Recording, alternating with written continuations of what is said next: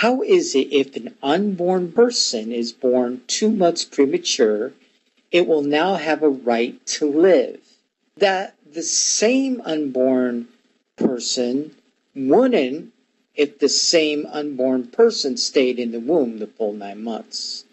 How can a 7-month-old unborn baby be more developed than an unborn baby of 9 months?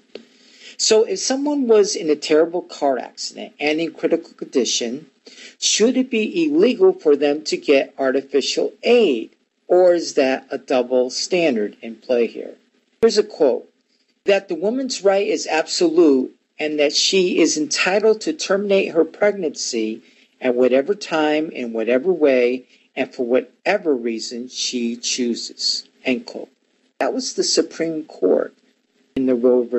Wade decision. Why even mention if a baby can live outside the womb as a criteria for gaining rights if a woman's right is absolute? Finally, the baby is not meant to live outside the womb until it's ready. This is a huge double standard.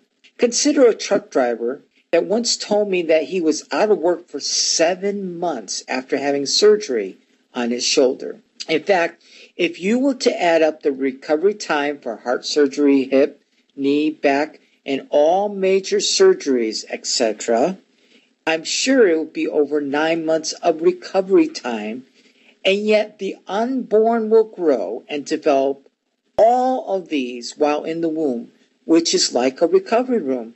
Yet the audacity to treat a baby with such disrespect and say that unless it can survive outside the womb, it doesn't have rights as others who recover under the care of a doctor is just beyond me.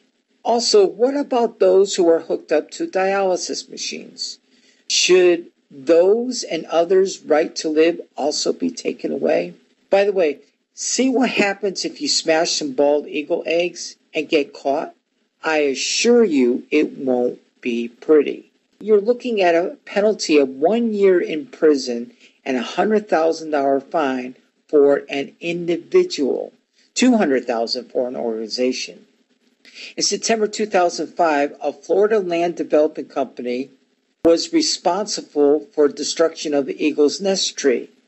They were fined $356,000, one of the largest penalties ever.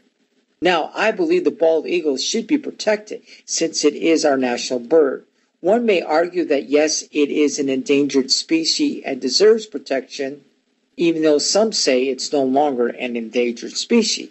But the unborn is not. Any unborn is in danger if its own mother wishes to kill it at any time with full backing of the United States government. Newsflash, the Constitution was written for human beings and not eagles. Would the Supreme Court also say that there should be no restrictions on the killing of a bald eagle, which leads us to the final point of the court's decision? Only a person has rights, and I will cover that in another video.